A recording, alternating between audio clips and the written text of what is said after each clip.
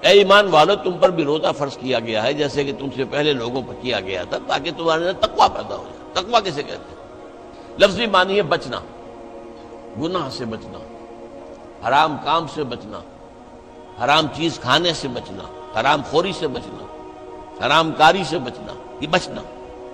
وقا یقی کے معنی ہے بچانا، وقنا عذاب النار، ہم دعا مانگتے ہیں اے اللہ ہمیں آگ کے عذاب سے بچا لے۔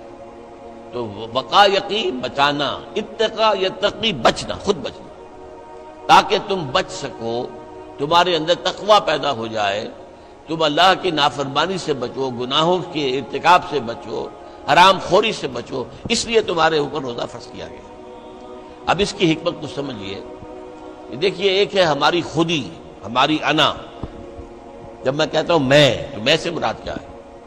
یہ ہاتھ میرا ہے، یہ پاؤں میرے ہیں، یہ آنکھیں میری ہیں، یہ سر میرا ہے، یہ جسم، میں کون ہوں؟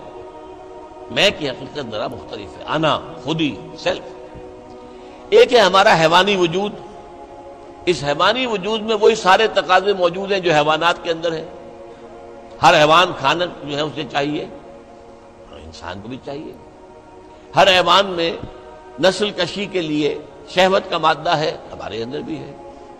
ہر حیوان کو کوئی نہ کوئی گھونسلہ ہو، کوئی بھٹ ہو، کوئی جگہ چاہیے رہنے کے لیے، آرام کرنے کے لیے، ہمیں بھی چاہیے۔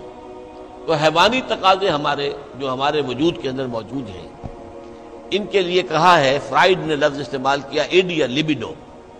یہ ایڈیا لیبیڈو بہت منہ زور ہے۔ بھوک لگتی ہے تو انسان کہتا ہے کچھ بھی ملے کھانے کو، حلال ملے حرام ملے کھاؤ۔ شہوت کا جذبہ جب جاگ اٹھتا ہے، برانگیختہ ہو جاتا ہے، تو پھر وہ تو چاہتا ہے تسکین ہونی چاہیے میری شہوت کی، جائز ناجائز، حلال حرام، صحیح غلط، سب چھوڑو اس کو۔ اس کے لیے کنٹرول پیدا کرنا، ضبط نفس، کہ آپ اپنے نفس پر کنٹرول کر سکیں، نفس آپ پر حاوی نہ ہو جائے، جو اس کا حکم دے، جو بھی وہ حکم دے آپ اس کی پیروی کریں، نہیں، نفس کو اپنے قابو میں رکھیں، اپنی مرضی کے مطابق اسے چلائیں۔ اس کی مثال ایسے ہی ہے کہ جیسے ایک گھوڑا ہے اور ایک سوار ہے اس پر۔ اب اگر گھوڑا منہ زور ہے، طاقتور ہے، اور سوار بیچارہ کمزور ہے تو کیا ہوگا؟ گھوڑا کہیں پٹک دے گا اس کو، کہیں کسی کھائی میں پھینکے گا یا کچھ اور کرے گا۔ لیکن اگر سوار بھی طاقتور ہے اور اس نے گھوڑے کو دبایا ہوا اپنے دونوں رانوں کے درمیان، گھوڑا محسوس کر رہا ہے کہ میرے اوپر جو بیٹھا ہے وہ جاندار ہے، تو پھر ظاہر بات ہے کہ اب یہ گھوڑا سوار کی مرضی کے مطابق چلے گا، ذرا سا اشارہ ہوگا ادھر مڑ جائے گا۔ اسی طرح ہمارا یہ نفس ہے، یہ حیوانی وجود جو ہے، یہ گھوڑے کے مانند ہے، اور ہماری انا یا ہماری خودی یا ہماری سیلف یہ اس پر سوار ہے۔ اگر سیلف کمزور ہے، گھوڑا طاقتور ہے، تو انسان کی ہلاکت، بربادی ہے، تباہی ہے۔ نفس حاکم ہو گیا، نفس سے ہمارا کہ ہم غلام بن گئے، تباہی اور بربادی ہوگی۔ ہاں اگر آپ کی انا مضبوط ہے، آپ کی خودی طاقت پر ہے، آپ کی سیلف جو ہے اس کے اندر طاقت ہے، تو یہ حیوانی وجود اب آپ کے کام آئے گا۔ گھوڑا جیسے آپ کو آپ کی مرضی کے مطابق لے کر جائے گا، منزل تک پہنچائے گا، ایسے اس حیوانی وجود کو استعمال کر کے آپ نیکیاں کمائیں گے، خیرات حسنات، اللہ کو راضی کرنے کے لیے کام کریں گے۔ اس ہاتھ کو اسی کام کے لیے استعمال کریں گے، ان ٹانگوں کو اسی کام کے لیے استعمال کریں گے، اس زبان کو اسی کام کے لیے استعمال کریں گے۔ تو یہ ہے اگر آپ کا کنٹرول نفس پر ہے، اس کا نام ہے ضبط نفس۔ اور یہاں میں تھوڑا سا اشارہ کر دوں کہ ایک اور لفظ بھی آتا ہے، نفس کشی، نفس کو مار دینا۔ انگریزی میں اس کے لیے لفظ ہے سیلف اینیہیلیشن۔ ایک ضبط نفس ہے، سیلف کنٹرول، ایک نفس کشی ہے، سیلف اینیہیلیشن۔ یہ سیلف اینیہیلیشن اسلام میں پسندیدہ نہیں ہے۔ نفس کو کچلو مت، گھوڑے کو مارو نہیں، یہ تو کام کی شے ہے، بس گھوڑے پر قوت حاصل کرو، گھوڑے کو اپنے کنٹرول میں رکھو، ورنہ نفس کا بھی حق ہے۔ گھوڑے کو بھی دانا پانی ڈالتے ہو کہ نہیں؟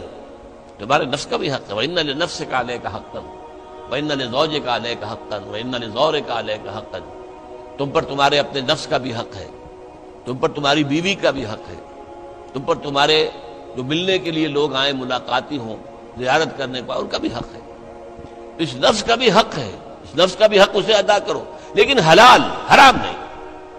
یہ حرام اور حلال کے فرق کے لیے ضبط کی ضرورت ہے، کنٹرول کر سکتے۔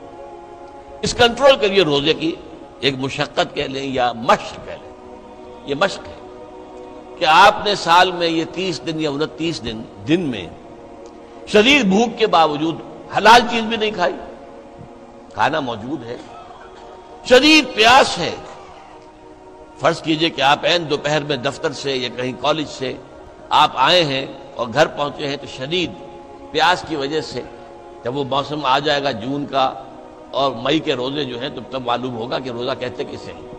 ابھی تو ہم کچھ دنوں سے عادی ہو گئے ہیں، سردی میں روزے تھے، روزہ کچھ کہتا ہی نہیں تھا، اب بھی ذرا ہے کچھ تھوڑا سا رنگ دکھا رہا ہے، لیکن اکتوبر کا مہینہ ہے، اس میں وہ گرمی تو نہیں ہے نا، لیکن ہو سکتا ہے کہ اس وقت اگر روزہ ہو تو گلے کے اندر کانٹے پڑے ہوئے ہوں گے پیاس کی وجہ سے، اور گھر میں پہنچے تو معلوم ہے پانی موجود ہے، فریج موجود ہے، ٹھنڈا پانی موجود ہے، برفاب اور بھی ڈرنکس موجود ہیں، روح افزا کی بوتل رکھی ہوئی ہے، نہیں پینی، کیوں؟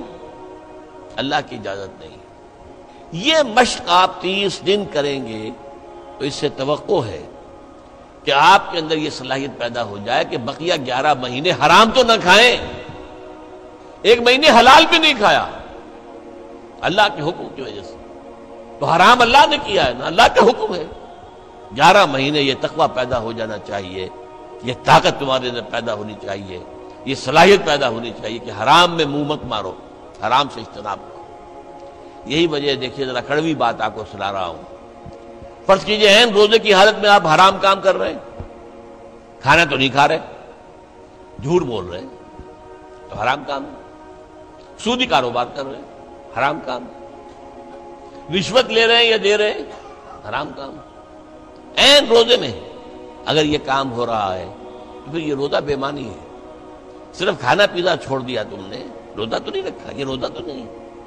حضور کی 2 حدیثیں آپ کو سنا رہا ہوں، من لم یدع قول الزور والعمل به، جس شخص نے جھوٹ بولنا اور جھوٹ پر عمل کرنا نہیں چھوڑا، فلیس للہ حاجۃ ان یدع طعامہ وشرابہ، تو اللہ کو کوئی ضرورت نہیں ہے کہ وہ کھانا پینا چھوڑ دے۔ جھوٹ بولنا نہیں چھوڑا عین حالت صوم میں، تو یہ صوم نہیں ہے، فاقہ ہے۔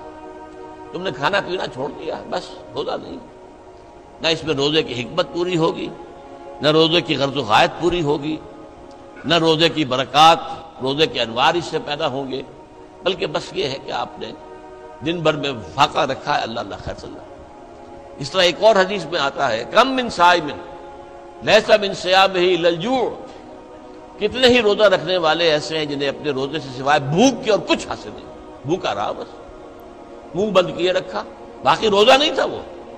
جب عین روزے کی حالت میں جھوٹ بول رہا ہے یا جھوٹے عمل کے اوپر، جھوٹے کاروبار پر عمل کر رہا ہے تو یہ روزہ نہیں ہے۔ تو روزے میں کھانا اور پینا صرف یہ ترک کرنا نہیں ہے، بلکہ یہاں تک بھی آیا ہے کہ فرض کیجئے کہ کوئی شخص آپ سے جھگڑ رہا ہے، گالم گلوچ پہ اتر آیا ہے، تم یہ کہو کہ بھائی میں اس وقت کچھ نہیں کہہ سکتا، میں روزے سے ہوں، میں اس وقت تمہاری بات پر جواب نہیں دے سکتا، میں روزے سے ہوں۔ یہ بھی گویا کہ روزے کے تقاضوں میں سے ہے، جھگڑا نہ کیا جائے، فساد نہ کیا جائے، لوگوں سے لڑا نہ جائے، گالم گلوچ نہ کی جائے، یہ بھی روزے کے تقاضوں میں سے ہے۔ تو روزہ رکھا جائے پورے آداب کے ساتھ تو اس سے تقویٰ پیدا ہوتا ہے، اس میں کوئی شک نہیں۔ تو یہ ہے گویا کہ اولین سطح پر روزے کی حکمت، یا ایھا الذین آمنوا کتب علیکم الصیام کما کتب علی الذین من قبلکم لعلکم تتقون۔